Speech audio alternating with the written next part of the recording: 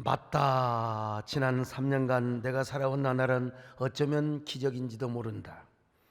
힘들어서, 아파서, 너무 짐이 무거워서 어떻게 살까 늘 노심초사했고, 고통의 나날이 끝나지 않을 것 같았는데 결국은 하루를 성실하게 열심히 살며 잘 이겨냈다. 그리고 이제 그런 내공의 힘으로 더욱 아름다운 기적을 만들어 갈 것이다. 내 옆을 지켜주는 사랑하는 사람들, 그리고 다시 만난 독자들과 같은 배를 타고 삶의 그 많은 기쁨을 누리기 위하여. 이 그런 고 장영희 교수의 살아온 기적, 또 살아갈 기적이라고 하는 책에 나온 일부의 내용입니다. 장영희 교수님을 아십니까? 그녀는 어린 시절 소아마비를 앓고 두 다리와 오른손을 움직일 수 없게 되어서 평생 목발에 의존하며 불행한 삶을 살아야 했습니다. 그런데 어느 날 그만 여자로서 또 유방암을 판정을 받습니다. 그리고 그 유방암은 척추암으로까지 전이가 되었고 또 설상가상으로 간암으로까지 확전이 되게 됩니다. 그러나 그녀는 사경을 헤매는 투병 과정 속에서도 끝까지 펜을 놓지 않고 월간 샘터에 매월 글을 게재하였습니다. 그래서 총 57편의 칼럼을 썼습니다.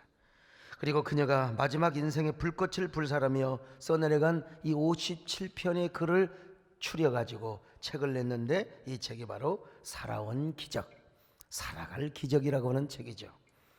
저도 월간 샘터에 매월 에세이를 기고하는 사람으로서 그분의 책을 예사롭게 읽을 수가 없지 않겠습니까? 암과 맞서 투병을 하면서도 끝까지 펜을 놓지 않았던 그분의 투혼이 너무나 애틋하게 느껴졌습니다. 더구나 그 책의 제목 자체가 살아온 기적, 살아갈 기적이라고 하는 제목이니까 말이죠. 그녀는 항암제를 맞고 고통과 싸울 때 침대가 흔들릴 정도로 고통을 느꼈다고 합니다. 마치 누군가가 자기를 저 지구에서 그냥 떠나가도록 자신을 밀어낸 듯한 그런 고통이 느껴졌다는 것입니다. 그때마다 그는 이 침대의 난간을 붙잡고 악착같이 버텼다는 겁니다. 어디 나를 흔들어 보라지, 나를 한번 미끄러 보라지, 내가 떨어지나 지금까지 살아온 것이 기적인데 앞으로는 나는 살아온 만큼의 기적을 이루어 갈 거야.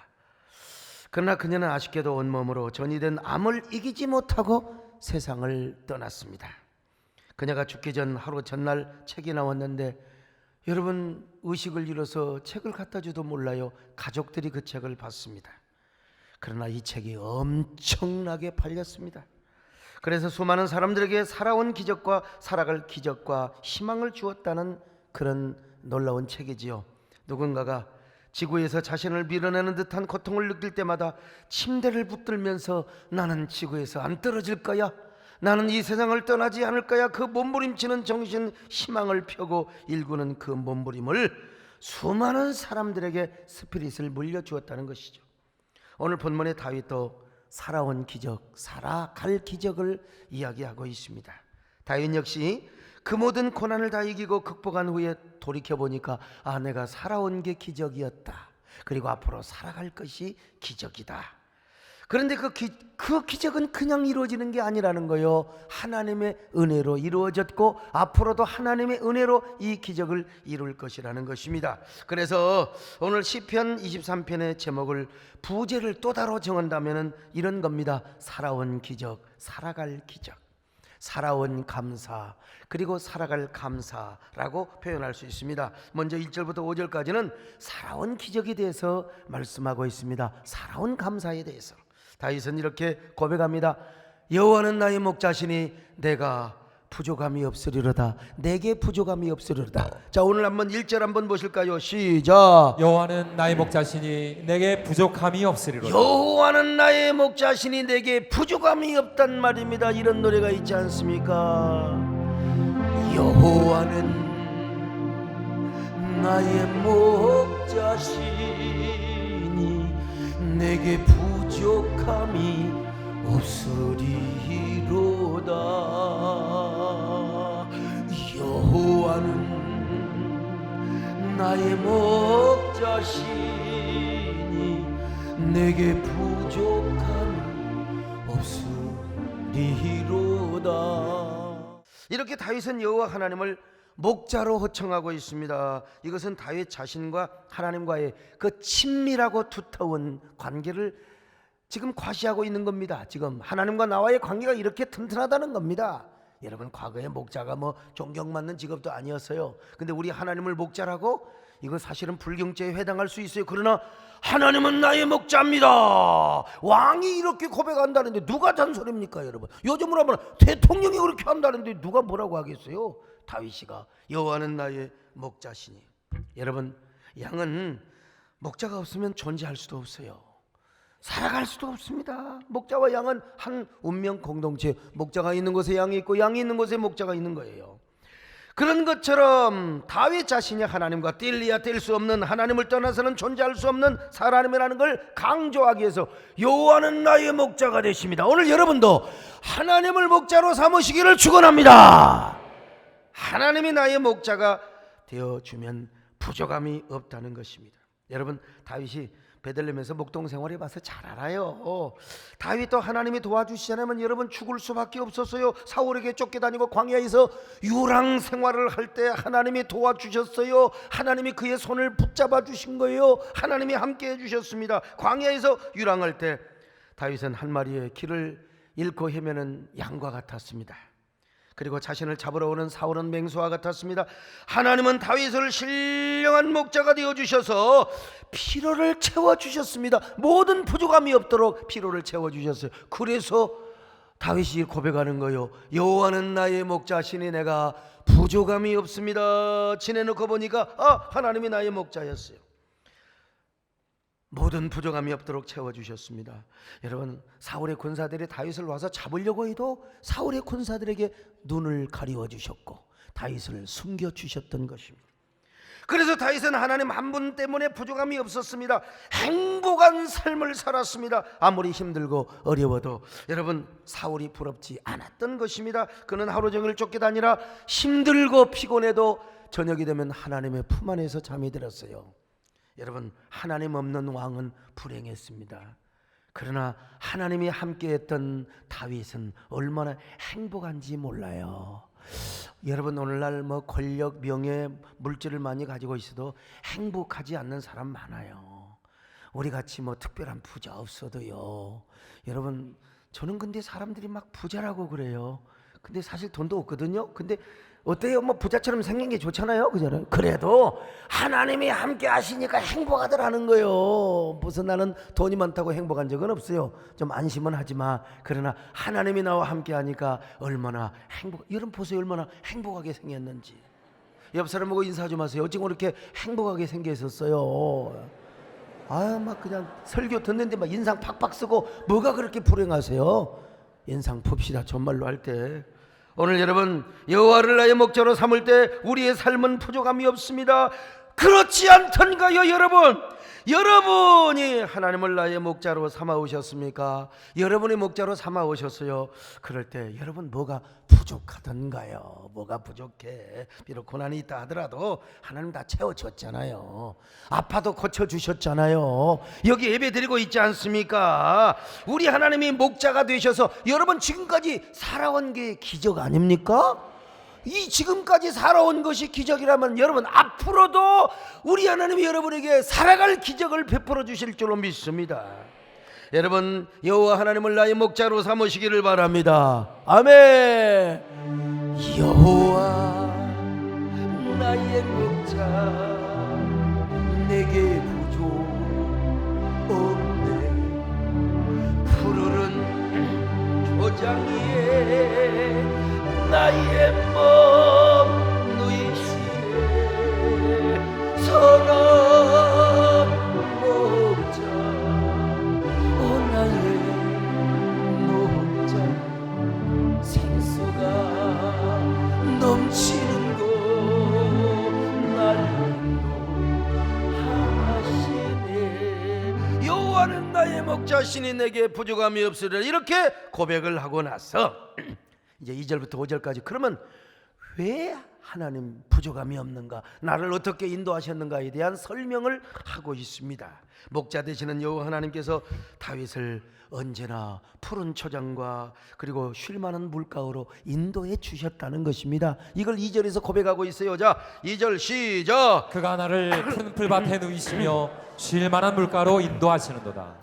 얼마나 아름다운 모습이요. 그가 나를 푸른 초장에 누이시며 쉴 만한 물가로 인도하시는도다. 우리 머릿속에 쫙 뭐가 생각이 나? 대관령의 목장.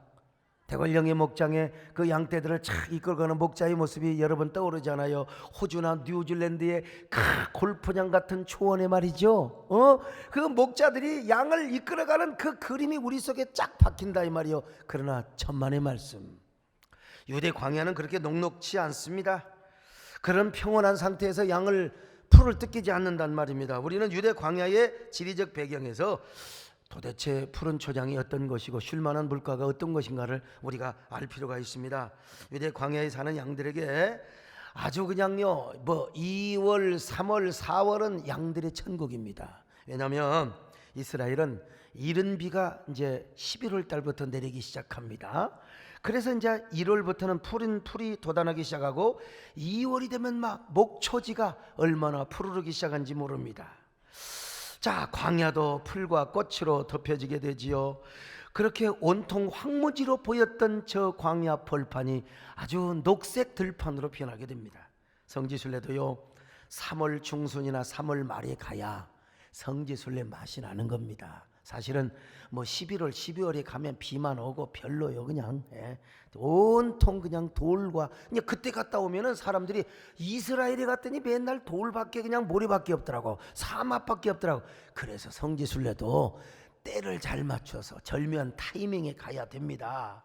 그래서 광야의 아름다움을 만끽할 수 있습니다. 샤론 평화에 피어있는 저 아름다운 수선화, 백합화, 장미, 이름 없는 들꽃들, 이걸 보면요, 사람들은 탄성을 저지릅니다. 그걸 보면서 관광객들은 그냥 박수를 치면서 노래를 안 할 수가 없는 겁니다. 여러분요, 황무지가 장미꽃같이 피는 것을 볼 때에 구속함에 노래 부르요.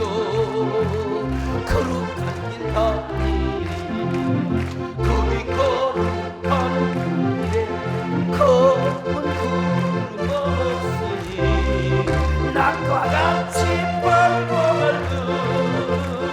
거룩한 길이다. 자, 이런 아름다운 초원이 그야말로 저 푸른 초원이에요. 우리 남진 장로님, 초원은 푸르고 마음도 푸르니 진짜 온통, 여러분. 그런데 이제 4월 한 말까지 이제 지속이 됩니다. 집 근처 어느 들판에서나 양들을 그냥 둬도 돼요. 아무 데나 가서 물 있지, 초원이 있지요. 맹수 집 근처가 있겠습니까?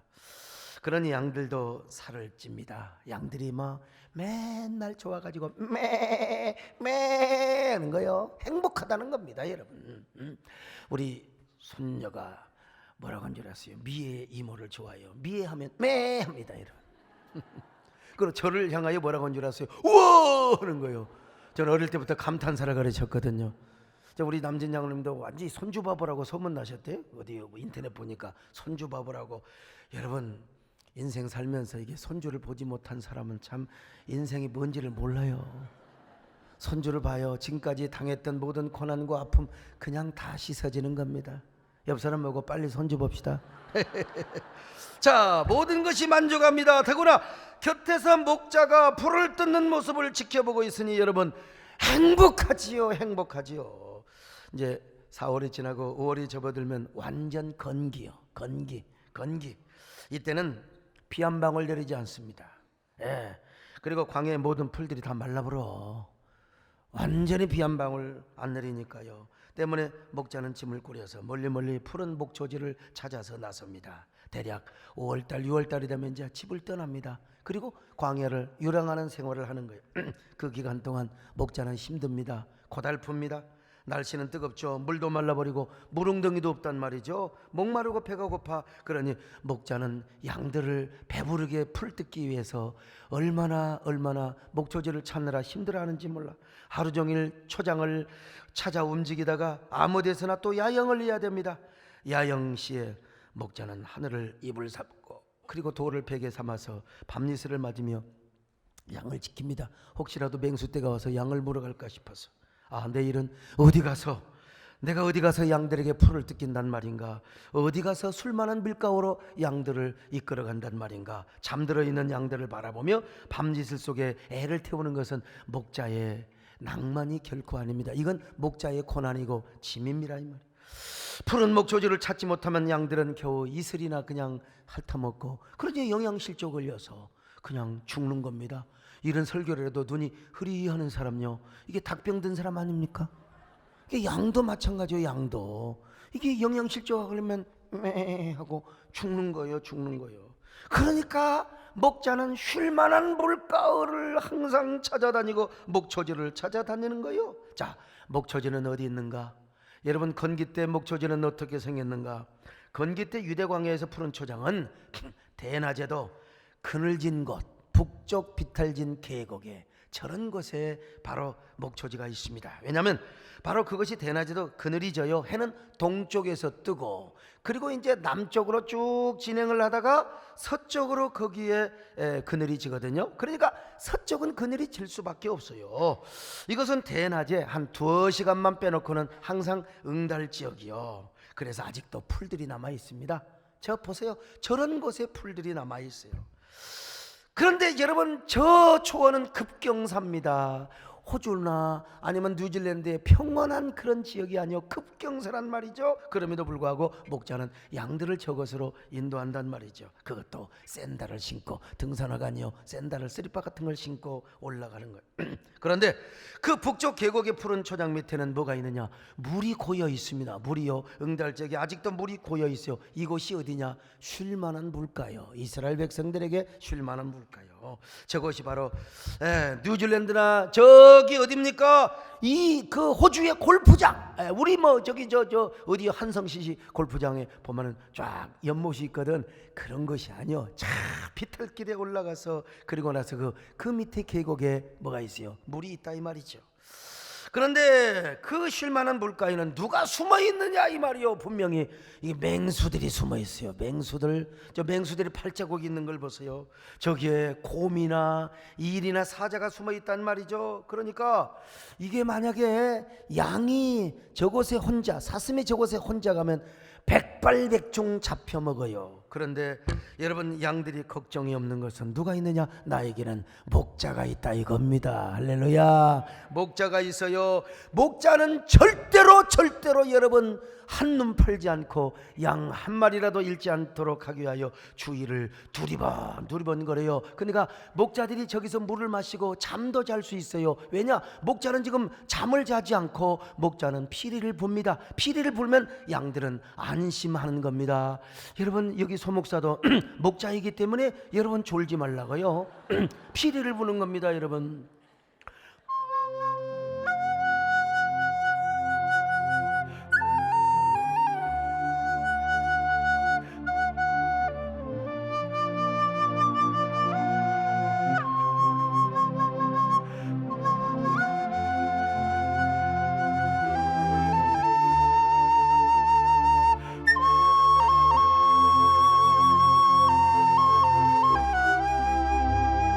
이런 노래도 부르지만 가끔은 목자가 흥이 나면 또 다른 노래를 부릅니다. 여러분요,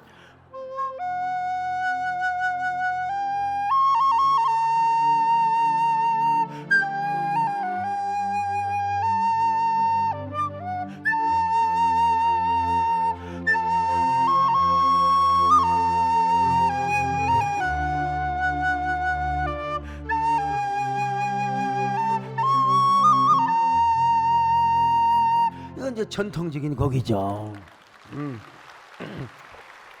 우리도 마찬가지입니다. 그 피리 소리를 듣고 양들이 그냥 목자가 우리를 지키고 있으니까 그냥 장난쳐도 좋고 다 좋아요. 불도 듣고. 우리 하나님, 우리가 여호와 하나님을 목자로 삼을 때 우리가 여호와 하나님이 우리를 언제나 푸른 초장으로 안내하여 주십니다. 쉴만한 물가로 인도하여 주십니다. 물론 북쪽 계곡에 올라갈 때 힘들죠, 고달프죠. 그러나 하나님이 함께 하신다니까요. 아멘요. 쉴만한 물가에 혹시 맹수들이 우글거리고 있다 할지라도 목자가 함께하고 있다 이 말입니다. 그래서 우리는 지금까지 살아온 기적을 이루었습니다. 살아갈 기적을 이룰 줄로 믿습니다. 믿으시면 아멘 하시기를 바랍니다. 여호와 나의 목자 내게 준 푸르른 초장 위에 나의 모두의 심 선한 목자 온 나의 목자 생수가 날 인도하시네. 그뿐입니까?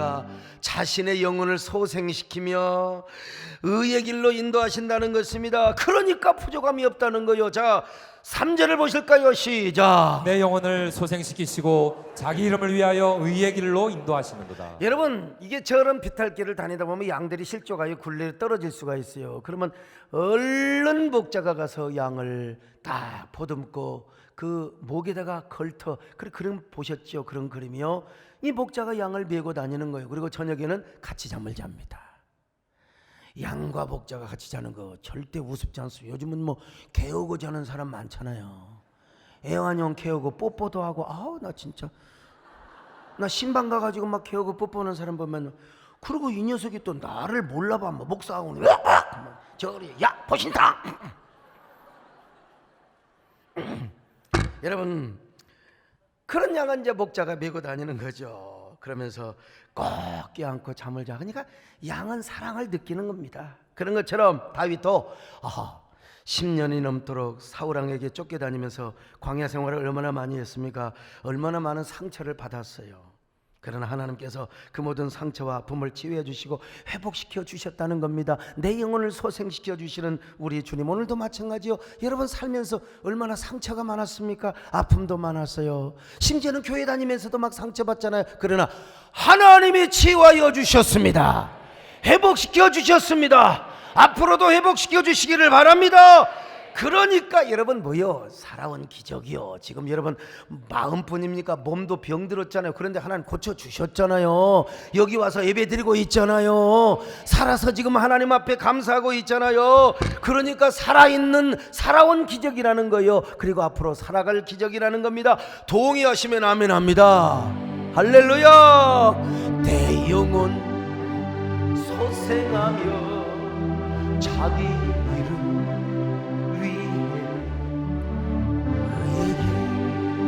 인도하니 골짜기 두렵는데 선한 목자 나의 목자 생수가 넘치는 곳날 인도하시네. 그런가 하면은 어떠한 위험 속에서도 하나님이 자신과 함께 하셨다는 겁니다. 위험이 있었는데 하나님이 함께 하셨다는 거예요. 자, 시편 23편 4절입니다. 시작. 내가 사망의 음침한 골짜기로 다닐지라도 해를 두려워하지 않을 것은 주께서 나와 함께 하심이라. 주의 지팡이와 막대기가 나를 안위하시나이다. 여러분, 저 푸른 초장을 올라가기 위해서는 그냥 올라가는 게 아니에요. 어떨 때는 골짜기를 통과해야 돼요. 골짜기. 이게 이제 와디 켈트라고 하는 것입니다. 저기 위에서 찍어서 그러지, 저기 밑에 보세요. 쭉 저런 길로 가다 보면 대낮에도 캄캄해요. 금금에 음흉에 거기에 누가 있느냐? 맹수가 지금 딱 숨어 있는 것입니다. 그런데 양들이 혼자 갈 때는 200% 300% 반드시 맹수의 밥이 되지만 목자가 가니까 양들은 두려워할 이유가 없습니다. 그래서 목자는 항상 뭘 가지고 다니느냐? 막대기와 지팡이가 있다는 거 아니겠습니까? 지팡이는 주렁같이 생겼어요. 이렇게 주렁같이, 옛날에 주렁 그 있잖아요. 그래 이제 그 양들이 자꾸 삐딱에 가요. 자꾸 이 탈선은 꼭 튀는 사람이 있잖아요. 교회도요, 튀는 사람이 있잖아요. 꼭 가서 2단에 삥뻑 가서 뻔내뻔내 하고 말이요, 가서 어디 가서 2단에 이제 끌려. 그러니까 이제 그런 양들은 적당하게 이제 주렁으로 끌어당기다가 그래도 안 되면 목자가 양의 다리를 부러뜨려 버려요. 그리고 메고 다닙니다. 왜? 양이 사자의 밥이 안 되게 하려고. 목자의 사랑이죠. 목자의 사랑. 여기 혹시 다리 분질러질 사람 한 명도 없기를 바랍니다. 절대로. 우리 이성근 장로님 10초만 그냥 부러뜨리자. 하나님은 1초도 안 걸려. 1초도 안 걸려. 그런데 이제 막대기가 있습니다. 이 막대기 쇠베트라고 하는데 이 막대기가 아니에요. 사실은 이제 몽디라고 해야 됩니다. 몽디, 야구 방망이 같이 생겼는데요. 이게 실제로 제가 보여줄게요. 이겁니다.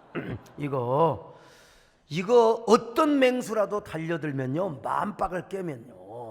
오늘 이동섭 장로님 태폐기도를 아주 얌전하게 잘 하시더만 이게 맞박을 이동섭 장로님 태권도 구단입니다. 그런데 이게 그냥 벽돌을 깨는 것보다 요놈으로요 멧돼지, 나 이걸 가지고 우리 권지암에 기도원 많이 갔어요.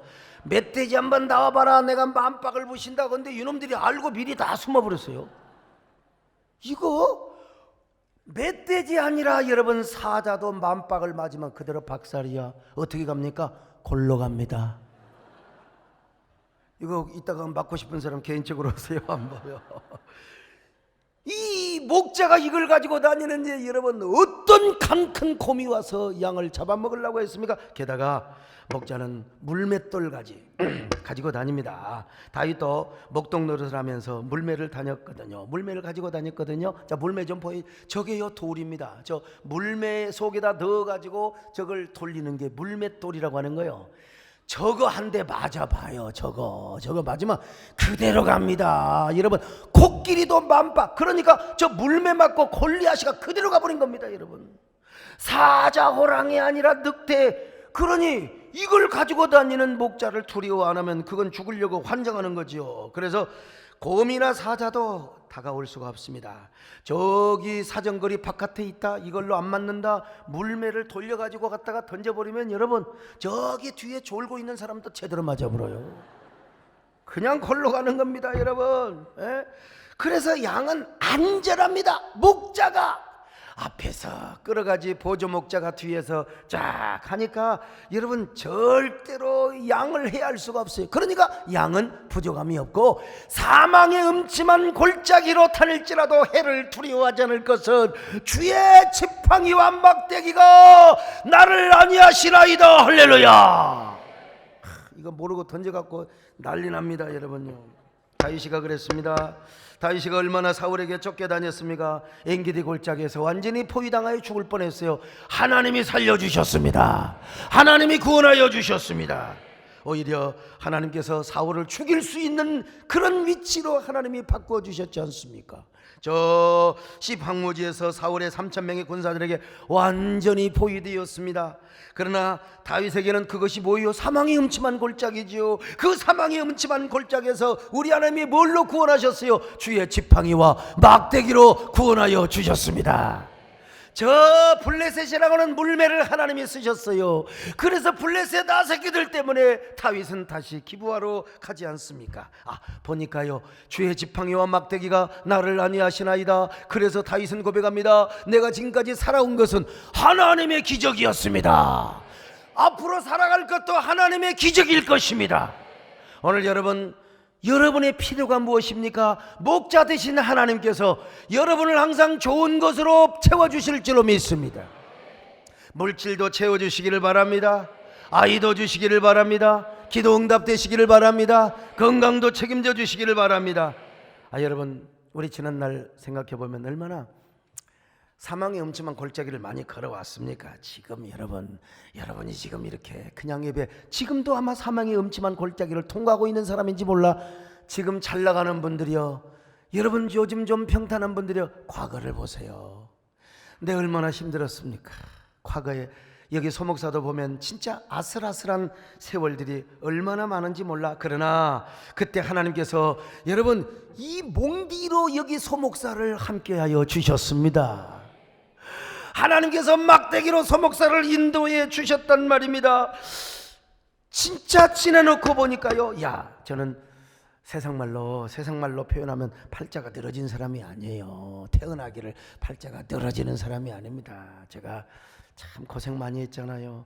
어느 것 하나도 기도하지 않고는 되는 일도 없고, 어느 것 하나도 우리 남진 장로는 맨날 뭐 그냥 노래 음반 내면 그냥 팔리고, 음반 내면 팔리고, 우리 김문기 장로는 요즘 뭐 음반 내가지고 목사님 다음 주에 광고해달라고, 다음 주에 돈 좀 가져오세요. 살 것 좀요.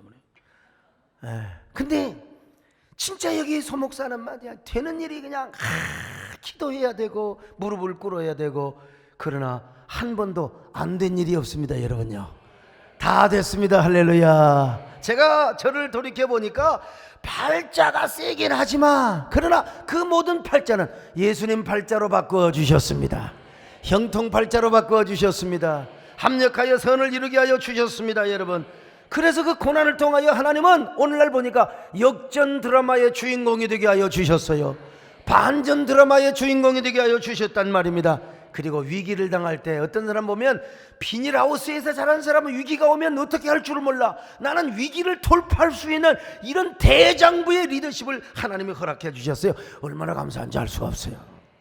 그렇습니다. 여러분, 이 대장장이가요, 이게 보통 그냥 그 홈이나 낫을 그렇게 할 때는 막 적당하게 용광로 해서 그냥 이렇게 해가지고 낫이나 호랑이, 낫이나 호미 같은 거 만들어요. 그러나 왕이 쓰는 명검, 그 장수가 우리 백군기 시장님 사성 장군 때 칼 차는 거, 그 성냥권에서 적당히 맞는 거 아닙니다. 쫙 그냥 담금질 해가지고 하는 거예요. 그 명검이나 보검을 만드는 거는 얼마나 담금질을 많이 하는지 몰라요. 도공이 도자기를 만들 때 싸구려 이런 건 700~800도에서 그냥 다 만들어요. 도자기 이런 거 다 그릇 여러분 쓰고 있는 거 다 그래요. 근데 이조 청자를 백자를 만들려면요, 그런 항아리를 만들려면 1300도씨까지 그냥 불을 떼가지고, 그래서 이 흙이 불을 만나서 도공의 혼이 그 속에 담긴다고 하잖아요. 여러분, 오늘 하나님께서 정말 귀하게 쓸 사람은 하나님이 적당하게 여러분을 만들지 않습니다. 고난의 담금질을 하시는 겁니다. 그래서 여러분요, 우리를 어떨 때는 사망의 음침한 골짜기로 여러분 통과하게 할 때가 있습니다. 그런데 그런 때일수록 하나님이 우리와 함께하여 주시는 거예요. 하나님이 우리를 기적으로 역사해 주시는 것입니다. 여러분, 그러니까 그것이 살아온 기적이 아닐 수가 없죠. 네, 그리고 살아갈 기적이 아닐 수가 없는 거예요. 그래서 우리가 이렇게 노래하고 고백하지 않습니까? 주님의 지팡이가 아니하는 날, 주께서 원수 앞에 상으로 베푸시네. 선한 목자, 온 나의 목자, 생수가 넘치는 곳 날 인도하시네. 그뿐입니까? 다윗은 자신의 잔이 넘친데, 잔이 넘쳐. 여러분도 이 시간에 여러분의 영혼이 잔이 넘치시기를 축원합니다.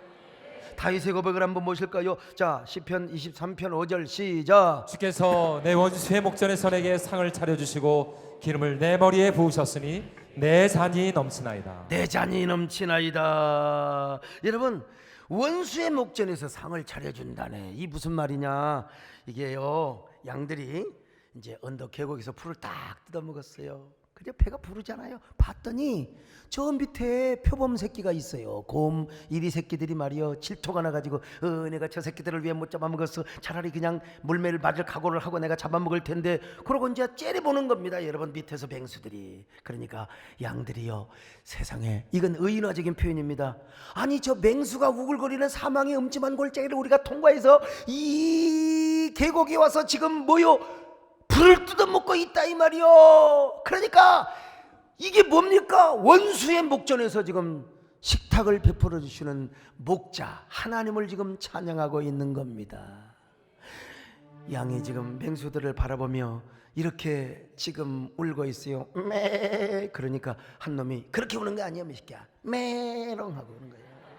이게 바로 원수의 목전에서 상을 베푸시는 하나님을 이야기하고 있어요. 이 원수 쪽에서 볼 때는 얼마나 속상하겠습니까? 양들은 지금 원수의 목전에서 은혜의 식탁을 누리고 있습니다. 오늘 여러분 그런 경험 안 해보셨습니까?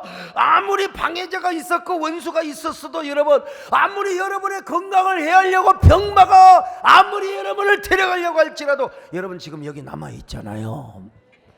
하나님이 여러분을 도와주셨지 않습니까? 여기 소목사도 봐요. 원수가 있어요. 저라고 방해자가 없는 줄 아십니까? 그냥 산막이 죽은 막이 그냥 어떤 사람은 소목사가 왜 말해서 소목사한테 뭐가 좀 나올 때가 됐는데 뭐가 왜 안 나와?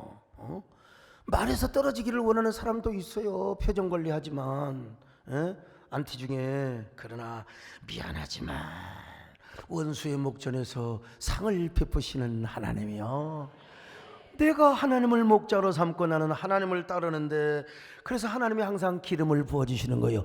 매일매일 기름을 부어주십니다. 그러니까 내 영혼의 잔이 넘치는 것입니다. 할렐루야. 우리는 살아온 기적, 살아갈 기적을 도리 않을 수가 없는 것입니다. 여러분 다 믿으시기를 바랍니다. 원수의 목전에서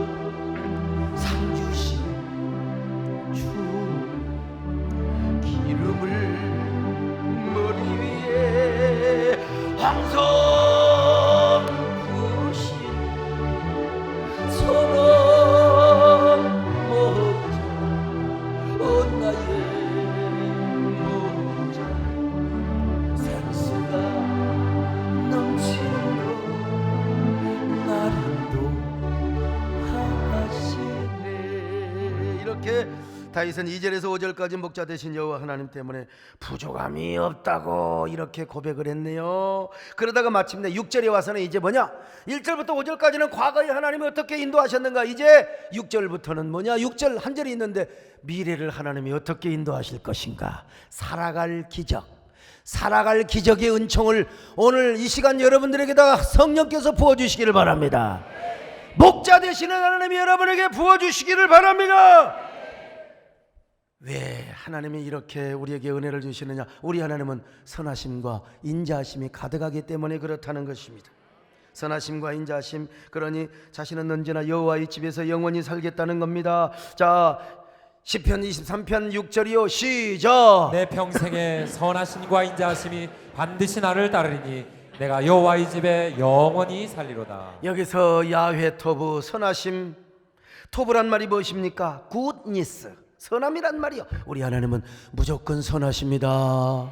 목자가 양의 다리를 부러뜨려도 무조건 선한 거야. 왜? 너 사자의 밥이 안 되게 하기 위해서. 하나님은 무조건 선하심을 믿으시기를 바랍니다.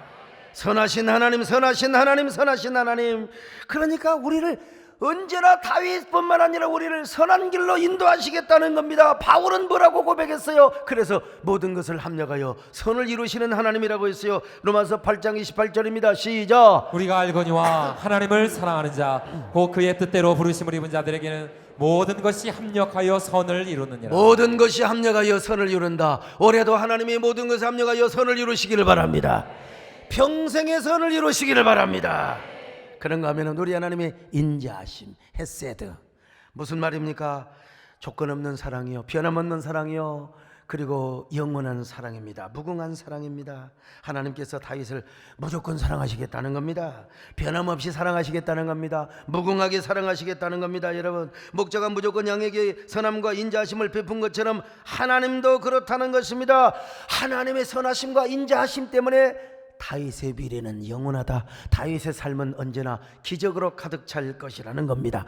그러니 이제 무엇입니까? 여호와의 집에 영원히 거하리로다. 여호와의 집에 영원히 거하리로다. 살아생전은 성전 중심으로, 그리고 죽어서도 하나님의 집에서 영원히, 여러분도 살아생전에 언제나 하나님의 집에서 사시기를 바랍니다. 주일날이면 교회를 찾으시기를 바랍니다. 그리고 저 천국에서는 영원히 예루살렘 성에서 살 수 있기를 바랍니다. 저는 장영희 교수님의 책을 볼 때마다 살아온 기적, 살아갈 기적을 고백할 때, 우리 교수님이 다윗의 고백을 함께 했더라면 얼마나 좋았을까, 이런 아쉬움을 제가 한번 가져봐요. 침대 난간을 붙잡고 투병할 때 하나님의 선하심과 인자하심이 나를 따를 거야, 하나님의 선하심과 인자하심이 나를 따를 거야, 이런 고백을 했더라면 얼마나 좋았을까, 이런 생각을 해봤어요. 여러분, 오늘 우리가 살아갈 기적을 창출하는 유일한 길은 하나님의 선하심과 인자하심을 믿는 겁니다. 그걸 붙잡는 거예요. 그걸 붙잡는 거예요. 그걸 붙잡을 때 하나님은 우리에게 선으로 함께 하시고 인자하심으로 함께 하시는 겁니다. 하나님의 선하심을 믿으시기를 바랍니다. 하나님의 인자하심을 믿으시기를 바랍니다. 참 선하심과 인자하심이, 그래서 좋은 길로 인도하셨잖아요. 오늘 이 시간 여러분, 이 땅에서 죽는 그날까지 하나님의 선하심과 인자하심을 믿으시기 바랍니다. 그럴 때 하나님은 항상 좋은 길로 인도하시고 선한 길로 인도하실 겁니다. 선한 길로, 인자하신 우리 하나님, 좋으신 하나님, 할렐루야. 좋으신 하나님을 찬양합니다. 좋으신